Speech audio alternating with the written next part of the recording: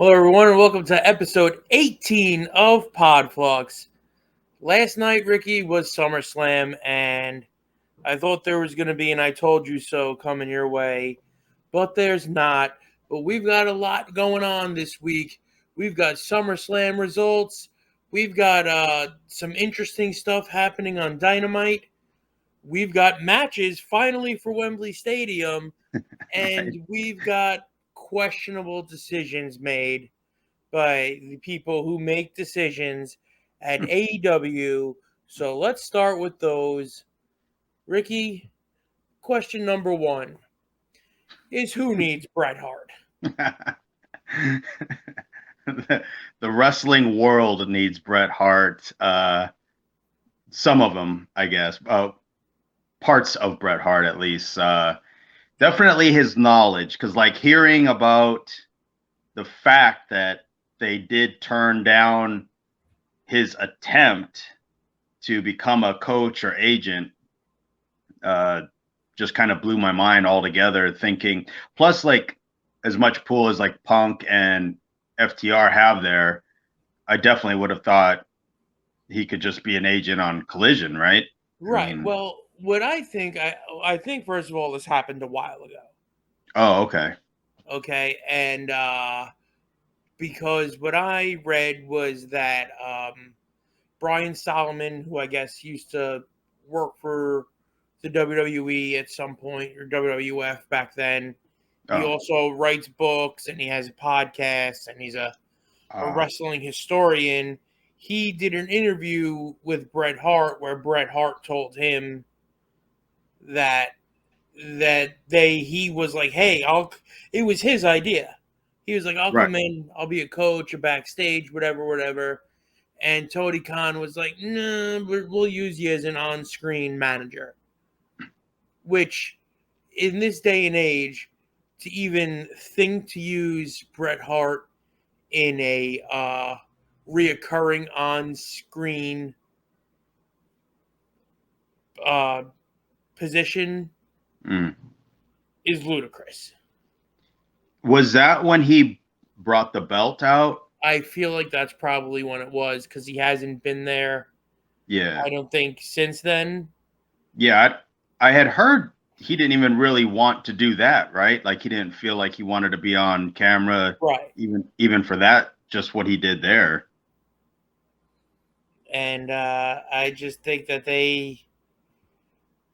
that's a perfect example right there of everything that's Right. wrong there. At least, yeah. I don't know how you don't put him in a position to do something because I'm sure he probably doesn't want to deal with the headaches of a talent relations position. Right. But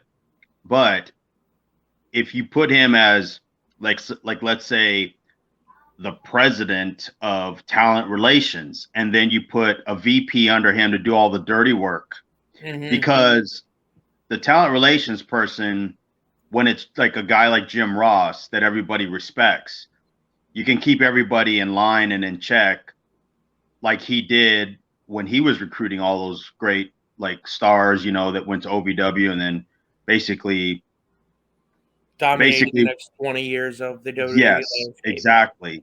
But like when you listen to JR talk about the issues that occur daily or weekly, uh, you know, uh, the stress level and all that and everything else, like if you have Bret Hart calling you and say, "Hey, uh, we're going to give you some time off. You can come back in 3 months or whatever," more than likely, uh, Skip Sabian or whatever the fuck his name is not going to be like, well, what the fuck, Brett? Like, I got to be on TV you're going to be like, okay, whatever you say, Mr. Hart, Yes. and then, if you have a complaint, please call or text so and so because I don't want to deal with the bullshit of Well, it. if he ever gets around to getting his point out, I did a seminar in 2009 or 10. It was a Bret Hart seminar, in Really? Staten Island. Yeah. I went with JD, Danny DT, and Eric, Hmm. and I think we wrestled in front of Bret Hart for about 15 minutes. And then, if I recall correctly, he spent like the next 2 hours with us sitting in chairs listening to him just bury Triple H and Shawn Michaels for 2 hours. Mm. I'm not even kidding. Yeah. The man did nothing but bitch and moan for the next 2 hours.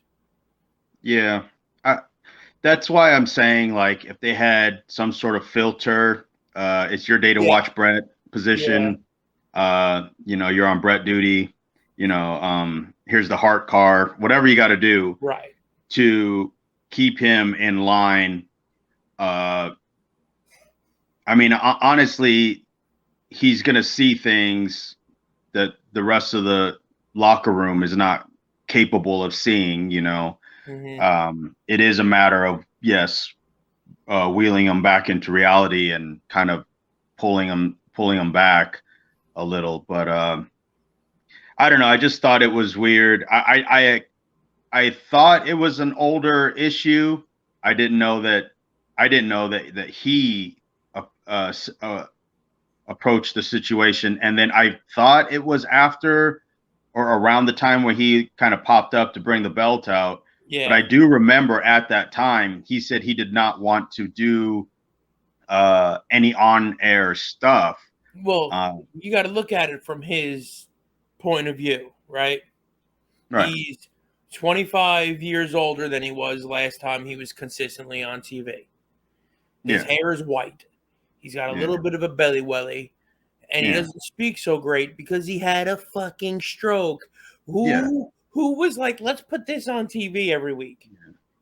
But that's the thing is like I understand why he doesn't want to be on TV. I just don't understand why that company couldn't afford to say, look, you're obviously 10 times more valuable behind the scenes. And yes, he's going to be a little bit of a, kind of have that old person disease where you just kind of start Well, rambling on.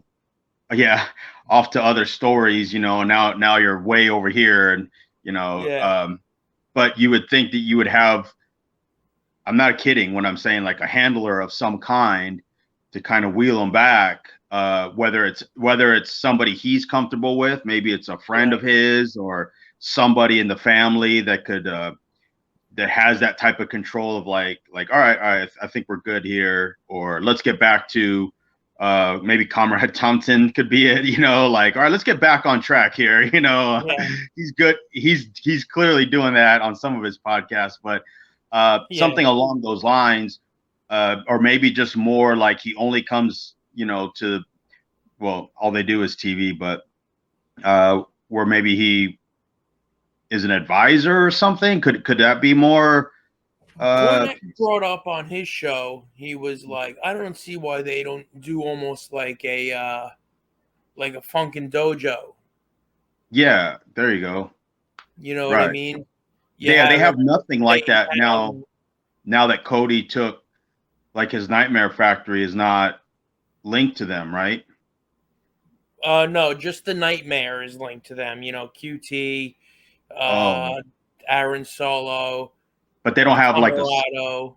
they don't have like a school Oh, where, I have no idea. or like a training center of any kind yet. That's something that they're going to have to definitely look into, because Punk and Jericho and even FTR, these guys are looking in a few years to be completely out. You Right.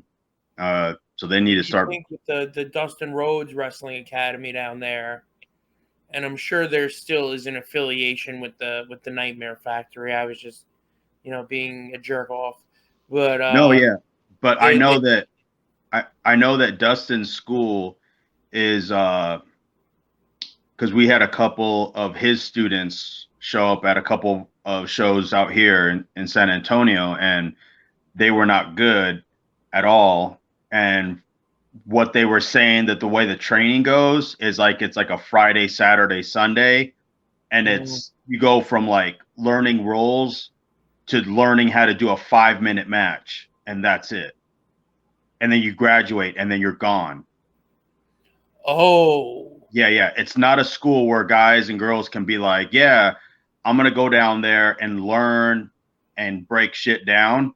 It's like, you can do a 5-minute match, get out of my school, next group. So it's like, it's summer camp. Basically is what it is. Correct.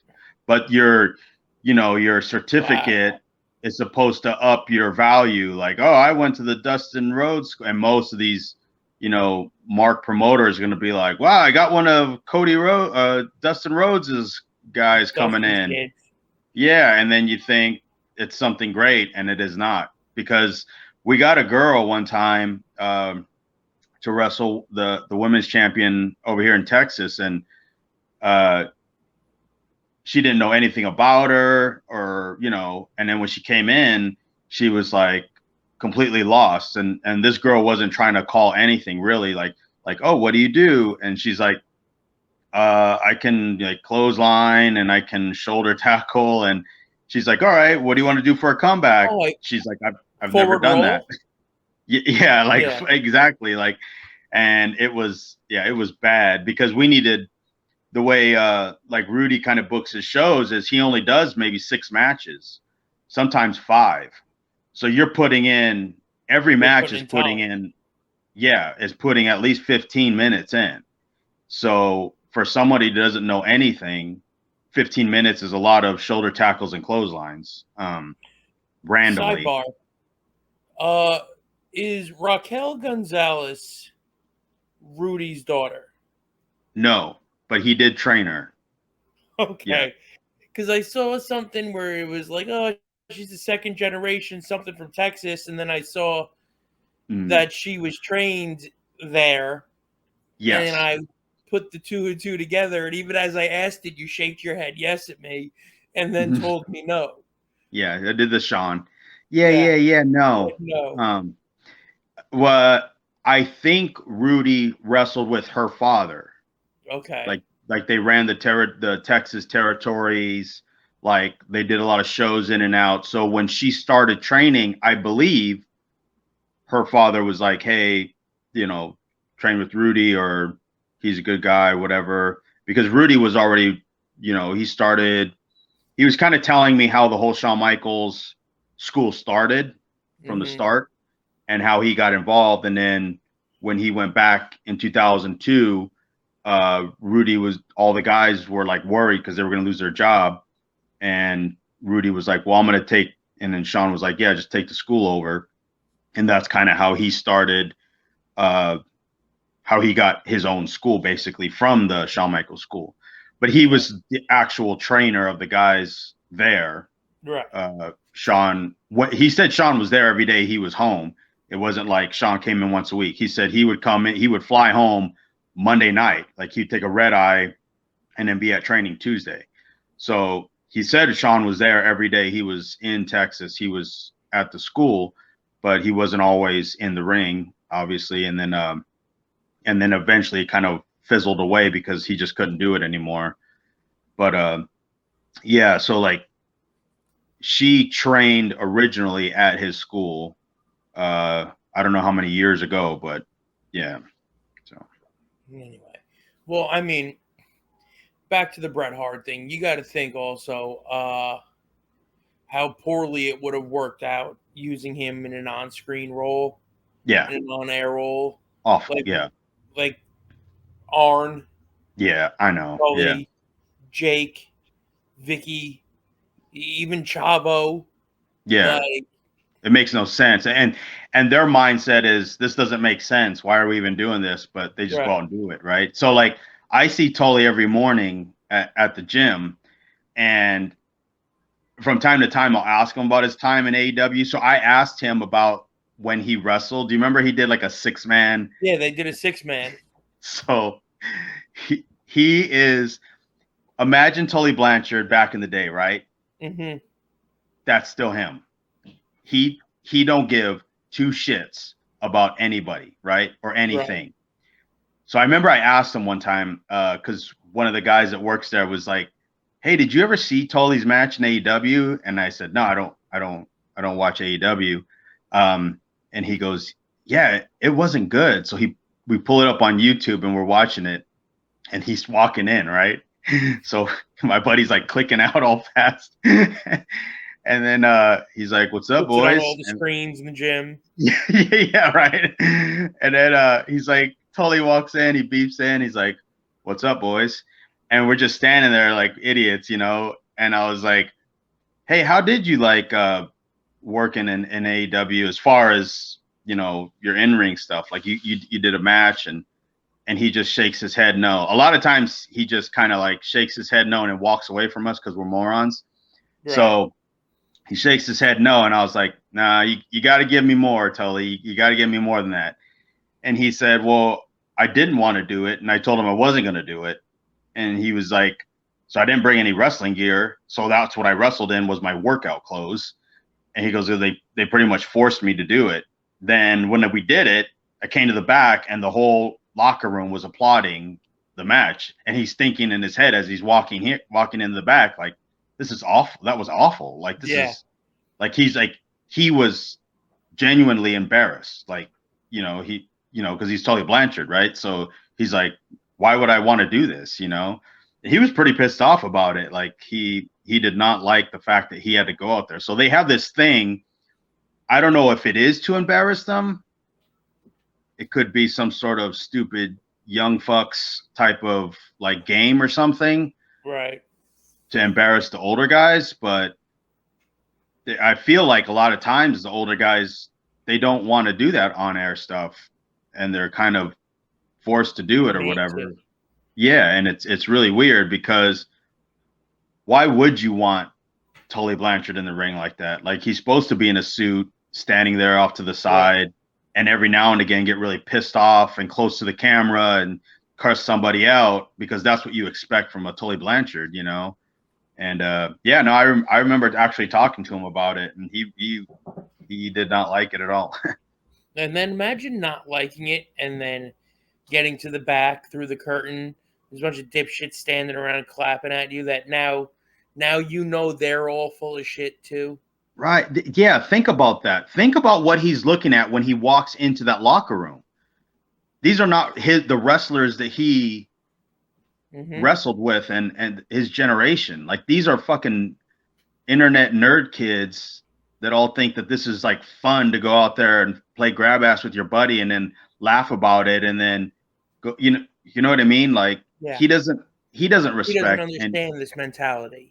He doesn't respect any of them, you know. He doesn't, like, you know, like talking about Brian Cage and stuff. He just rolls his eyes and he just walks away because he just doesn't want to get into how bad, you know, that situation was for him, you know. And I remember when he started with Ring of Honor, he told me right before that WrestleMania when they were going to have that that super show or whatever they do, super card of honor. Super card. He's like, "Well, I'm going to Ring of Honor now." And I was like, "Oh, okay, well, that's cool. I'm going to run it. And I'm going to run it my way." And I was like, "Oh, okay." I was like, "Well, if you need help, to give me a call." And he was like, "I might take you up on that." And I was like, "All right, cool." And I just thought it was hilarious that he was like, he I don't know if he convinced himself that he was going to run it, but I'm thinking like Tony's going to run all this stuff no matter what. And the Yucks are going to do it too. So, you know, they're going to do whatever they want. But yeah, he's so old school. It's ridiculous. Like, well, speaking of old school, I've got a transition there because my next question is, what the fuck are they doing? Okay. So they bring out Jerry Lynn for I don't know why. Okay. And then the next week, Jerry Lynn brings out RVD. Yes. And I'm having, as you can see from our little ticker here, I'm having flashbacks of when Dixie Carter shook the foundations of pro wrestling and did that ECW show. Yeah, and then brought out Tommy Dreamer and kick pads. Yes. And they called it EV 2.0. Right. I'm going to politely title this TNA E E. V 2.0. Right. What are they doing? It was Sabu at the pay-per-view 2 months ago or whatever it was. Yep. Now it's Jerry Lynn, and now it's RVD. What are they doing? Yeah, they're doing bad TNA. Yeah. Now think about that for a second. Let that settle in. Yeah. They're doing TNA badly. But worse. Yes. But bad TNA. Mm-hmm. And we all know where TNA was. Right. So, but I mean, like, TNA at least was like, they made it like important, top of the card kind of stuff. They it was also what, 10, 15 years ago? At this point now, yeah. Right. So, the guys were obviously a little more capable, or looked better at least. We're a little more spry. Yeah. And then at least they were looking at it like, we could still get something out of this. They can still kind of give us what we want them to do and see, and give us something that we can see. I mean, are RVD and Jerry Lynn supposed to wrestle now, or was it just like a face-off? No, I think RVD is going to wrestle Jungle Boy on behalf of Jerry Lynn. So they're not even using like their upper card, better positioned guys. So they're using Jungle Boy. So, right? So they're not. That's going to be interesting to try and edit. Yeah. But anyway, it's like what is it? 7 degrees of Kevin Bacon. I'm going to tell you how Tony Khan came up with this. Okay, you ready? Okay. Jungle Boy beat Hook. Right. Hook's dad is Taz. Oh, fuck. Yeah. Taz was the FTW champion when he was in ECW. ECW, hey, Jerry Lynn works here also. Jerry Lynn had a rivalry with Rob Van Dam. I'm going to go buy Rob Van Dam, right? But now he's getting the Wish.com Rob Van Dam because it's 25 years later. Right. Right. And there's just no way any of this can be. Even if Rob Van Dam came in and had a great match with Jungle Boy or Jack Perry now, and looked great and didn't look or feel old or move like he was old, there's still the question of just why. Well, the answer is because Tony Khan doesn't know how to book. That's why. I mean, that's yes. Yes, because I mean, that's the answer amongst educated individuals. So again, goes back to nobody knowing how to speak up for themselves in the back, and somebody saying to the boss, why do we need RVD to come in to get Jack Perry over as a heel when you got 10 other guys back here ready to go? Build them up as baby faces simultaneously as you started to build this Jack Perry angle, and then go from Hook right into something where somebody has some steam on the show that could help get him over. Right. But because he's an amateur booker and he's got deep pockets, he's like, hey, I'll just do this because I can. What you laid out there is very much probably what happened. Yeah, like that's probably what happened, which but it's just stupid. It's RVD's not coming fresh off of TV anywhere, or even in the last 5 years, to where you think that there's some sort of value there for Jack Perry. Right. And also, you would need a time machine to come fresh off of ECW television. Well, that too. But what I'm saying is, like, he's not coming off a hot TNA run like he did years ago, or a WWE Hall of Fame induction where he's, still being talked about, or was just talked about this has no value for Jack Perry. And Jack Perry is too green to even go to him and be like, why am I doing this? Like what does this do for me? Yeah. How do I look doing all of this? Like, okay, so Jack Perry beats RVD. How does he win again? He beat a guy that hasn't wrestled in 10 years. That was 20 years past his prime, when he was a top level guy. And if you did bring in 1998 RVD versus Jack Perry today, RVD would have destroyed him from Bell to as long as he wanted to Bell. Like, let's face it, he was a completely different animal back in the day that Jack Perry would have had no fucking clue with what to do with, except duck and block as much as you can. Like, well, I mean, look what Roosh did to him. Exactly. That's what I was just gonna say. You mean to tell me Roosh couldn't get back in there and say, "I'll get him over"? You know what I mean? Or you could see that he isn't advanced enough, right.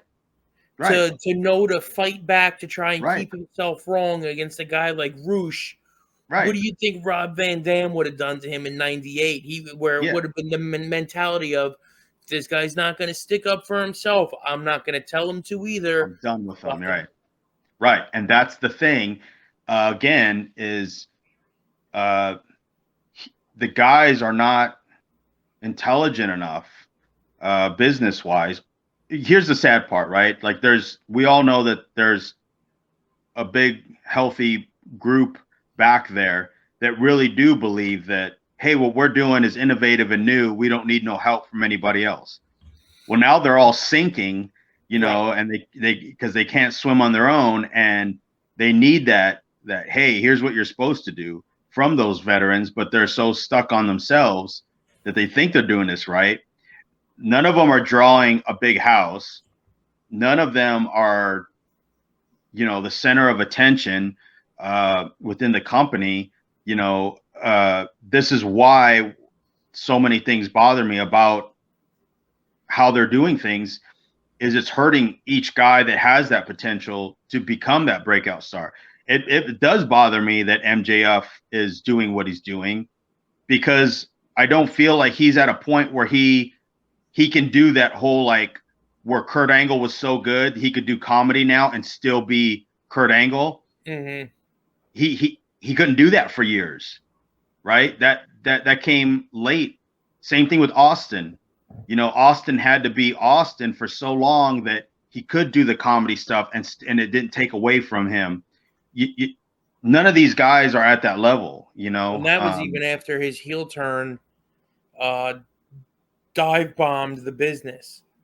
Right. And he, in him talking about that, he knows that it was wrong, and even thought about, turning it,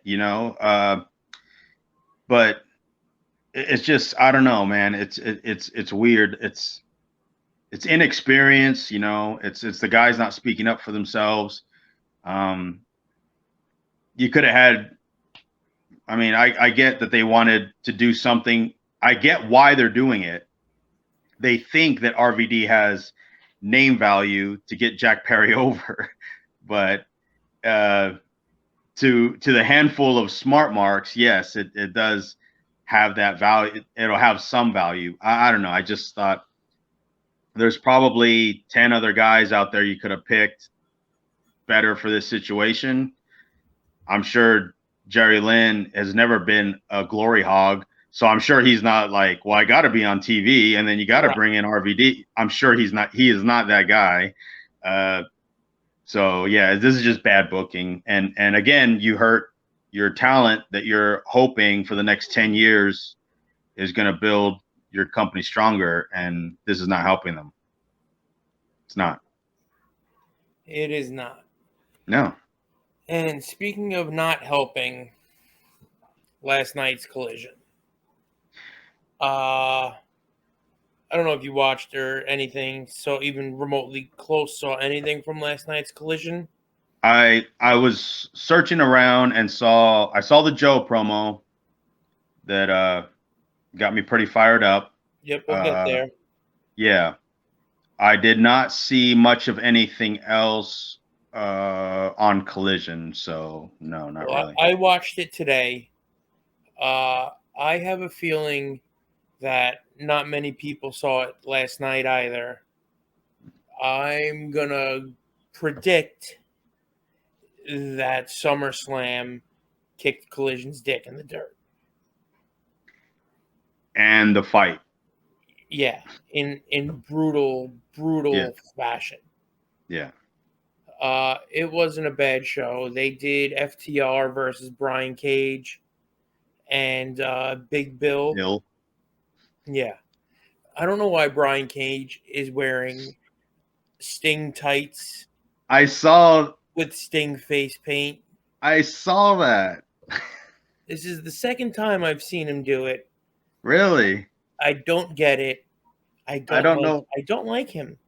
I don't like him either. I don't understand why he's doing that. Does he want to be a road warrior that bad? Yeah. But you go out of your way to find the finish of that match. Was it the Bulldog, the Steiner's Bulldog? No, they kicked out of the Steiner's Bulldog, but then Brian Cage was setting up on the top rope to do something, and I think Big Bill blew a spot and shit canned both members of FTR early. So Brian Cage kind of just gets down from the top rope and looks at Big Bill and then just hits a dive on the floor. And then you can see while they're all on the floor, Cash Wheeler Dax Harwood is calling the change. He's telling them what they're going to do. And then they got in the ring and went home. They just got in the ring, hit the fucking big rig, and went home. But it was... That's a wrap, boys. Yeah. Yeah, you can tell what I think happened was because what I've noticed from the FTR matches is sometimes they'll take a team like that and they'll try to do a really complicated or a complex finish. Yes. And not the finish itself, but the whole sequence leading into it. Getting to the finish, correct. And I think that these two dumb shits probably just got lost. Oh, yeah. And again, it's what it is FTR is playing chess and everyone else is playing checkers. Yeah. So kind of been there, done that, where when you're explaining everything, instead of somebody coming out and just saying, I'm going to get lost, they're like, yeah, I got it. Then go talk shit about the guys they want me to do fucking this and that. This is going to suck. Only because you're going to mess it up. It's going to suck, and nobody of course, what I've learned over the years was to stop searching for my best match and just start having everybody else's best match. What that did was save my sanity of the long drive or flight home, talking to myself, wondering what the fuck's going on. These guys suck, and hating everybody, everybody in the world. And so what I did was I thought, all right, let them call it. I'll take pieces of it where I know I can drag them along, kicking and screaming. So there's that balance you got to find. And that's the problem with FTR. They are at a point where they know that this is their legacy. They could see the finish line. They have to know that every time that they're on television, this is playing into what people will remember them as, So they're good enough to get themselves out of those holes. The problem is they really shouldn't be looking for an FTR match as much as they should be looking for what can you guys do and we can make sense. Right. That's what they need to start maybe pulling back on those DIY revival matches. They're trying to have those every night because that's what they want that legacy to be, right? Alpha ones, the Alpha ones, Bullet Club Gold, Briscoe Brothers, bro, those only come every few years if you're lucky. Like, sit on those and enjoy them. You can't get I feel that. like they've already had more of those than most people get to. For sure, absolutely, because they're also in a position where they can say, "Hey, we can kill it with these guys. All right, put us with them," And I think what they're trying to do is teach class in there, but guys like Brian Cage and Big Bill are not taking notes where they're supposed to be. They're just doing what they're doing. And I'm sure they had Boo Boo Face in the bag. I could bet you money that Cage was, kicking a rock in the corner, like, all, I'm sad. With my paint got messed up. My mohawk is off to the side, and they messed up my match. And fuck that, bro. I'm going back to Ring of Honor. Bye, bitch. Like, you don't belong here anyways. He don't belong in Ring of Honor either, but whatever. I can't fucking stand him. Big Bill, I feel like they could do something with, but the first thing they need to do is stop calling him Big Bill. Yes, that would be nice. And just stick him maybe with somebody who can kind of help him along as they're kind of winding down. You know what I mean? Like, yeah. He's not completely untalented or completely useless. He just needs like molding. Oh yeah, I mean, look at what they've done with Omos. Yeah, if they did something along those lines, but they don't know how to do that because how many years have they had Jack Swagger there? right. And I mean, Yeah, they but don't I know. think it depends on what corner of the locker room you sit in. But that's what I'm saying. They don't know. Nobody knows how to book to create something. You know what I mean? Like, they don't know how to say, "Hey, what are we going to do with this guy?" I don't know. Let's do something along these lines, because they think, "Oh, we'll just put them in a match with somebody who's good, and they'll have a good match, and that should make them." It doesn't work that way, Right. And that's what they're relying on, these stupid dream matches that no one, only that hardcore 800,000 are gonna think, "Oh man, that was cool," and then 10 minutes later they've forgotten about it. So how cool was it? Because then there'll be another one next week. So who cares? Yep. And then the last AEW piece of business I wanna get through here was the Samoa Joe promo, which I thought was fantastic, and then led us to finally starting to get some matches. So, Ricky, question number 3. Guess who's coming to Wembley Stadium? We're going to have CM Punk versus Samoa Joe. A challenge was made by FTR last night for the Young Bucks. Oh. And then we got a Cole and MJF. Yes, and a Cole and MJF on Dynamite on Wednesday. So, is that enough matches in your opinion, or important enough matches in your opinion, to hold the tide for right now, where they don't need to give us an entire rest of the card, this week on Wednesday? No, not really. First off, I think we all know it's going to be a 9-hour event again. Yeah. They're going to hold hostage Wembley's fans there for a good 12-hour day. No, they need more. I don't like that. I don't like the MJF Adam Cole match. Mm-hmm. Because they did one on free TV already, so the mystique is gone. Right. They've been acting like goofballs, and now they're BFFs, and we all know at some point MJF, I guess, will turn in the next couple of weeks. Right. So now you've given that away. I don't see them going into Wembley as being best friends, and then I feel like they're going to turn before. So you've given that away. And really, honestly, the mere fact that they've already done the match bothers me the most on free TV. It just really pisses me off, because that you should have treated that as the big money match, which it should be. Again, this could have been an MJF thing. Hey, if I'm wrestling him at our biggest show that we'll ever have, why would I wrestle him on TV right now? Right. You took it all. You've taken it all away.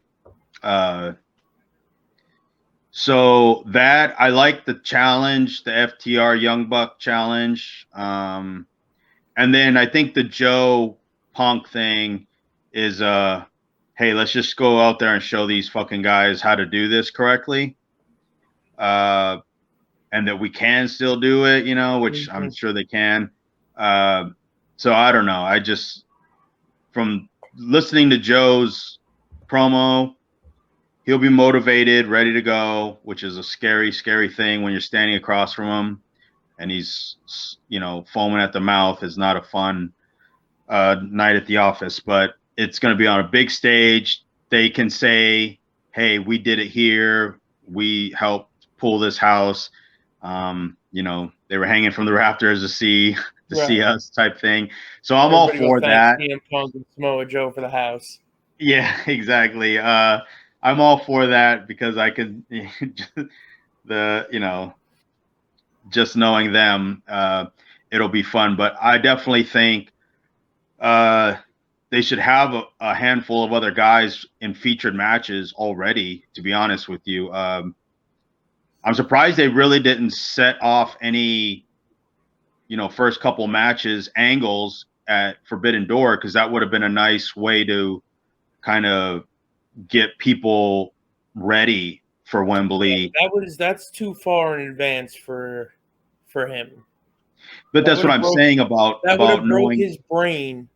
To set up a show that's 2 months later, 2 months ahead of time. I mean, at least start some angles or something. Like, it could have been as easy as them teasing like the FTR Young Buck match at Forbidden Door somehow. I don't know how, but something to at least plant seeds there. At least, would have been nice. They should have right now maybe 4 or 5. I would say closer to 5 big matches with tippy top guys kind of lined up, and I don't know, talking about it already. It's just so bizarre to me that they waited so long to get anything going. It's crazy. Do you think we're gonna get Omega Ospreay 3? I hope not. I feel even for that match to be a third doesn't need to happen this close to each other. I think Ospreay should be there. I just feel like him in not even like a big major match. I don't need another Ospreay 20, 30 minute, match. I don't need that. I'd like to see Ospreay in almost like a get over match, and then maybe challenging somebody later down the line. Mm-hmm. Maybe. I would have really liked to see Ospreay and Bryan. Yeah, well, would have been something. So if you're going to have Ospreay there, why not just have him in a somewhat competitive match for 10 minutes and then call out Bryan right there? Because that's a big stage that people are obviously going to be talking about, right? So that could be that. Then Bryan's reply 2 weeks later. And then we can bounce that back and forth. Maybe we get that at the Dome. Maybe we get that at another pay-per-view at the end of the year for AEW. I don't know. But I would have Ospreay there, but not in a, I'd like to see like a nice, quick, but like competitive match with him and Pac. Okay, yeah. So that would be perfect. Yes. 10, 15 minutes. Or Claudio and Yeah. Ospreay, you know, could be something really awesome to see. Yeah, any one of those guys, but like 10 minutes and Yeah. a lot of Ospreay at the end, then a big finish, 1, 2, 3. He's fired up. He wanted to wrestle the best wrestler in the world. He feels he's the best wrestler in the world. That guy is Bryan Danielson, and when he's back, I'll be waiting. Boom, mic drop. We're out the building, and we're good. Then Bryan comes back. Hey, I'm hurt. I'm blah blah blah. But I hear you, Ospreay, and I'm coming for you. And then pull that trigger when we need it. I don't know. But yeah, they need at least 2 more major matches. I would think that should have been advertised already. Possibly a women's championship match should have already been set. I know they got a new champion. Yeah, and then is it going to be? I guess it's going to be Paige, right? Is that what everyone's saying? I don't know. I don't see the reason why they needed to make Hikaru Shida the women's world champion. I didn't think there was an issue with Toni Storm. I'm going to be straight out. AEW books their women's division awfully. They treat all these girls like they're super talented, where the truth in the matter is, 5 of them are. Yeah. So if 5 of them are, then there should be 7 on your roster, and we don't need to see them every show, every night. They don't need to go 20 minutes. They fucking kill your ratings, right? They really do. Yep. Just if you took the 5 good ones you had, if you took your, I guess I'm about to get some shit for this, probably by somebody. If you just kept your Toni Storm, your Jamie Hayter, Chris Statlander, who else there is? Mercedes Martinez, and Athena's good. Athena, right? Those are your 5 solid workers. Right. You keep wrestle anybody, wrestle them. Yeah. Okay. Yeah. And then another girl that you've got some type of hope for, Sky Blue. Bingo. There's 7. Right. Okay. And we only have to see some combination of the 2. Right. Yeah. Or of the 5 or the 7, whatever, 3 times a week. Once on Dynamite, once on Rampage, once on Collision. Right. You can build something with all of them. It won't be a waste of time or kill your ratings. Just the whole women's division there makes me want to blow my fucking head off. Yeah. But, and how many women's matches are we going to have on Wembley? Oh, forget about it. I'm thinking. I'm willing to bet there's going to be some type of battle royal. Okay, so I think I think matches. I think at least 3, if not 4. What do you think? That's all operating under the assumption that he's going to have 29 matches on this card, right? Right. He is. Yeah. He didn't rent that building to just have curfew at 10 p.m. This shit is going for a couple days. We know this. Forbidden Door is almost over. Yeah. Yeah. Dude. Well, so seriously, how many matches? I'm going 4 max. Yeah. I'm gonna take the under. I'm gonna go 3. Okay. But I want to talk now. I want to remember he has 2 women's belts. So. Oh shit, that's true. Yeah, exactly. Then shit just got real. Right. It's got 2 there's a tag coming. Trios. Probably a ROH. So that's why I'm thinking there will be 4. I'm counting the pre-show too. I'm talking about I'm talking about motherfuckers that are flying 14 hours to get there for a match will be included. The pre-show, women's match. The post-show. Oh the lights out match. Yeah. The people are sitting in traffic in the parking lot, so we're gonna. On the off-ramp match. Yeah. Oh yeah. Yeah. Oh, you know it's coming. 4. You want to talk a little bit about SummerSlam? Yeah, I just got to McIntyre and Gunther. Aren't you lucky? Yeah. What do you want to talk about from it? Because there's not much that I want. I mean, if you guys all thought Roman was losing, you're idiots. No, I mean that's not even my biggest bitch from last night. What is then? What? Which one is then? Okay. Why the hell did we need to watch Shayna Baszler Oh God, yeah. and Ronda Rousey? Did you see it? I'd rather have done. I did the dishes instead. Yeah. When Bro. they came on, so I had to stomach through another Brock match. I liked the Brock and Cody match. I didn't mind it. Okay. I didn't mind it, but it's the same stuff. Mm-hmm. Brock yelling. He's red. He's walking around. Soaked. So sweaty. So sweaty. It was so God. sweaty. That Ford Field has like openings on the top, so I knew Brock was going to be dripping sweat. Yeah. That when a buddy of mine at the gym we were looking at the lineup, and then I said, "Are you going to watch it?" And he said, "Well, I'm going to watch the fight, and then I'll watch it later." And he goes, "What's an MMA rules match?" And then I said, "Like a UFC style match." Right, but they still haven't figured that out. Yeah, and he goes, "Why?" And I said, "Because they both have done MMA in the past." And he was like, "I don't want to see that shit." Bingo. And I said, "This is why it never works. It never works." But yeah, so your gripe is right, because when that came on, I just walked to the kitchen.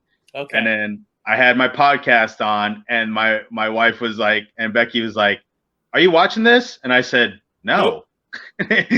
She said, "All right, I'm gonna change it." And I was like, "All right." And she likes Ronda Rousey. Yeah. Well, here's the deal. Yeah. The rules weren't real. Clearly, obviously, weren't MMA rules. No. Right. Right.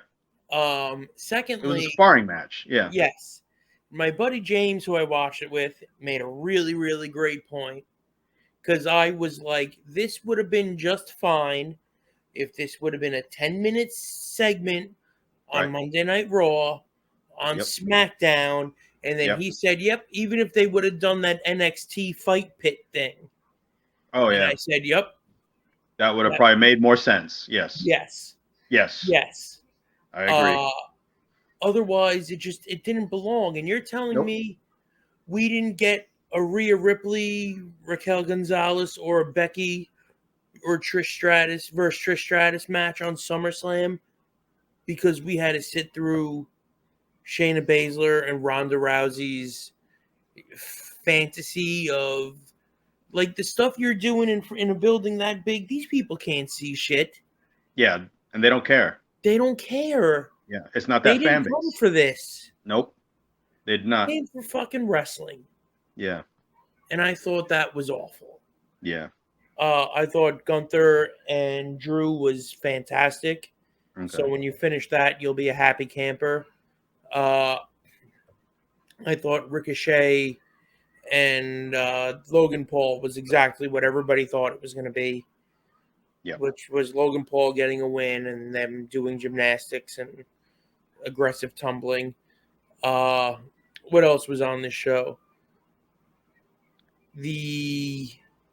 Something else died a pitiful death. The women's triple threat. The Asuka. Oh, Asuka, Charlotte, Bianca. Okay. Yeah. So when we read that, they worked really hard. They worked yeah, really, really hard, but it just it didn't. That's good that you work hard on a bad match. That says a lot. So the thing is my buddy, he's just a casual wrestling fan. He said the same thing. Why do they have to wrestle all three of them? And I said the Asuka Bianca match was awful. The singles match they had. Mm-hmm. So now you add in yeah, you add in Charlotte, it doesn't make it better. You're mudding the waters up that are already muddy as hell. It's like it was the hope of it becoming something big. Like I think that they were hoping these three will do something super cool that people will forget that it's so bad, but you just can't, They just Asuka and Bianca do not work well with each other. I That's think negative chemistry.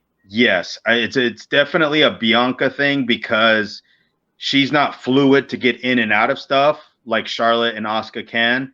So now it's real choppy when she gets in there. Yeah. It's like she can do a thing and do it well, and then she's waiting for the next thing, and then that fucks up your whole momentum.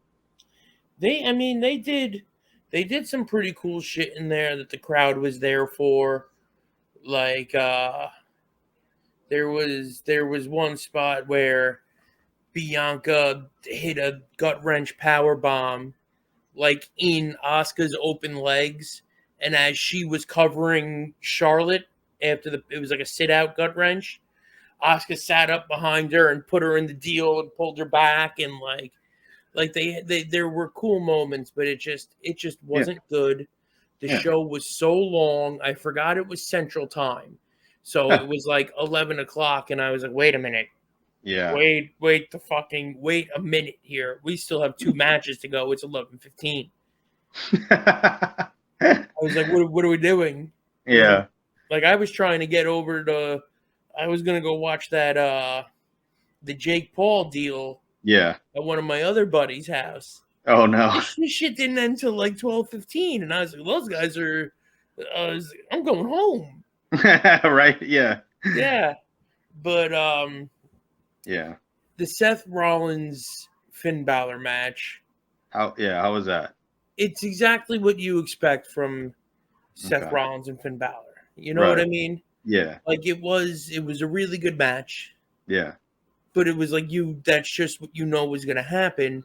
And then when they tried to start sprinkling the details of like the Money in the Bank shit, and it's kind of like, well, why wouldn't he just like at the end of the match, like there's a stare down with Damian Priest and Seth Rollins. It's like, okay. Well, this guy just had a 30-minute war. You've got that briefcase in your hand. Why aren't you doing the same exact shit that Io Sky's going to do later on Bianca? Right. So it's just like, yeah, there's like logical continuity issues in WWE's stuff all the time. But they don't do anything that's just like, well, that's fucking preposterous, like they do on the other channel, where guys are like, jumping out of cars to fall through trap doors underneath buildings to come out of the ceiling with a ladder, and there's a human being named Gravity. So it's just like, it's different kinds of bad. Yeah. But and then the Roman Reigns match, man, like, so I was almost 100% sure that the rules of tribal combat, when the challenge was made, was that there's to be no outside interference. Everybody is banned from ringside, right? And then Solo Sikoa was just like, hold my beer. And they literally, like, the last 2 minutes of the match was a handicap match.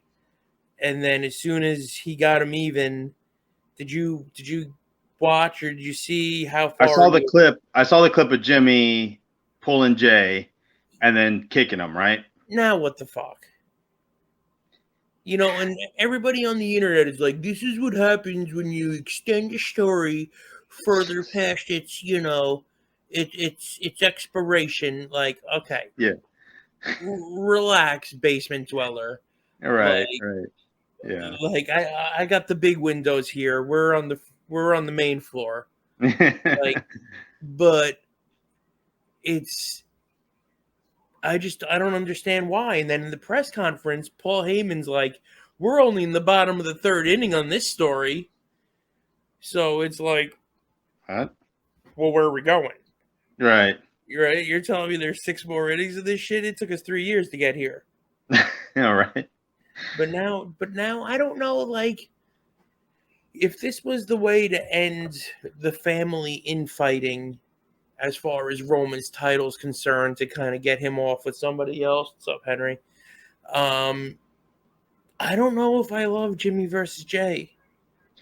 So now Jimmy is with Roman. Well, Roman had, like, what are you doing face? You know what I mean? Okay.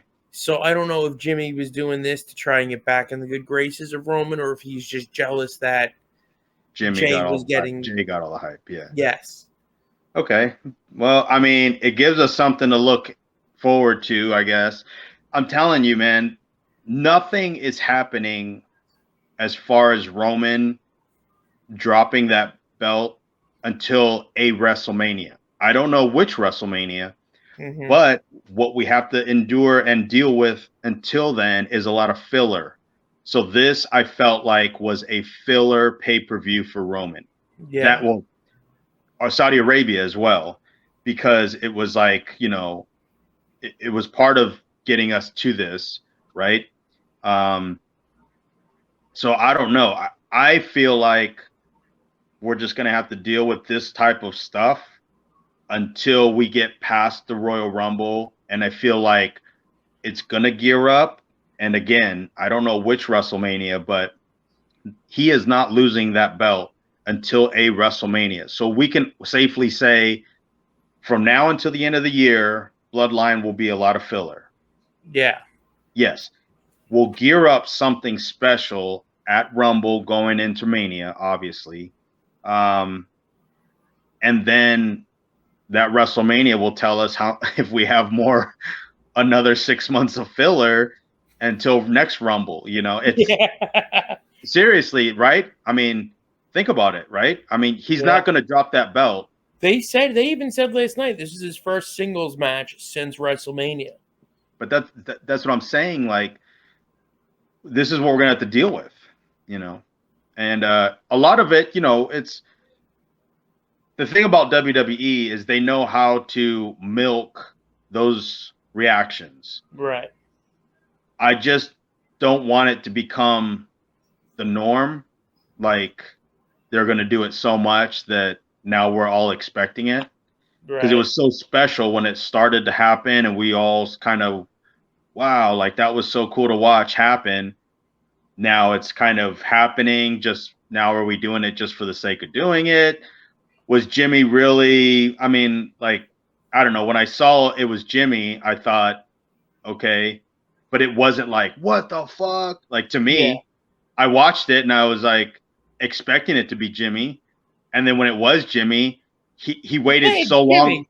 Yeah, he waited so long for the kick, and then I thought, are we forcing this? Is this now the new thing? Is this the cheap pop now? Like the long played out dramatic over the shoulder look into the quick move, you know?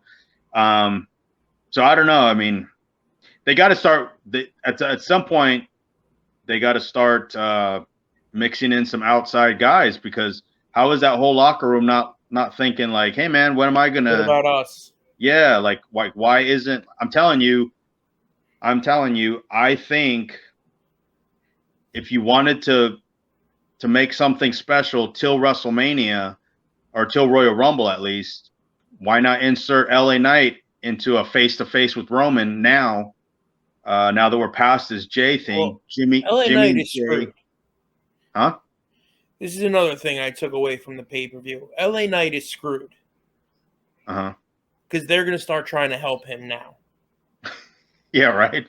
Right. We got this. You got to win a battle royal. Yeah, you got over on your own? All right, we'll jump in here and really get you over. Right? So he's fucking dead in the water. He's 30,000 feet, flying dead stick. Vince is gonna, all right, I got you now, pal. That's how we do it. Yeah. So he's probably screwed. But I had this idea about a dentist. I'll help you. Yeah. Nobody likes a dentist. Myself included. I just feel like if you did him and Roman, it's different. It's, the crowd wants that, or at least they want something like that. I mean, you can do, a handful of a few good people that are really ready. Yeah. So I don't know. I mean, I just hope at the end of this that they really have thought long and hard and make the right decision about who is going to beat Roman and then invest the proper time in that guy. And that's all I can really hope for. yeah, Unless Roman beats himself. yeah, yeah. It is going to be an interesting change when it does happen. Yeah, I don't know. I don't know. On a side note, I feel like it's just it's going to be such a huge, drastic change that it might just be doomed from the start Yep. because it's not Roman. It's like when it wasn't Cena anymore. It was like, hey, we liked not liking him and liking him at the same time. Yeah. I don't They might like need this like an Ivan Koloff to kind of just transitional jump in the change. middle here or go get a Yeah. what the hell was Stan the Man. Yeah, Stan Stasiak. Yes. Yeah, they may need a transitional champion. Yeah, I mean, I don't know. It's going to be because it's going to be such a drastic change, much like a Bruno. All the major stars had those transitional Yep. guys, and it makes sense. You're right. Like I didn't even really think about it that way, but yeah, it's going to be weird. I just don't think nothing gets really good with Roman or any more believable, I guess, than after WrestleMania. There's only one Because way to find out, and yeah, that's to because get there. that's So, just there's with that being said, Rick, the only one more thing I want to say tonight is they are changing the announce teams, and on Monday Night Raw, I will no longer have to suffer through Kevin Patrick in his out of breath commentary style, where he says emphatic 75 times a night. They're putting Michael Cole and Wade Barrett on Raw, ah and then they're doing Michael Cole, Corey Graves, and Kevin Patrick on SmackDown. 3-man booth for Yes. SmackDown. So, I don't like the 3-mans, but I like well, Wade Barrett though. unless they totally just Byron Saxton that Kevin Patrick dude, Yeah, then the 3-man booth should be all right. yeah, that's true. But anyway, I'm all out of things to talk about here tonight. Are you satisfied? I'm always satisfied. Well, you know what that means, Motherfluxxers. That means this has been episode number 18 of Podfluxxx. 18 weeks and running. I'm about to run the gimmick. I've actually got it pulled up and ready. I'm ready for it this time. So, Rick, you have a good night. And Motherfluxxers, we'll see you later. Run the gimmick.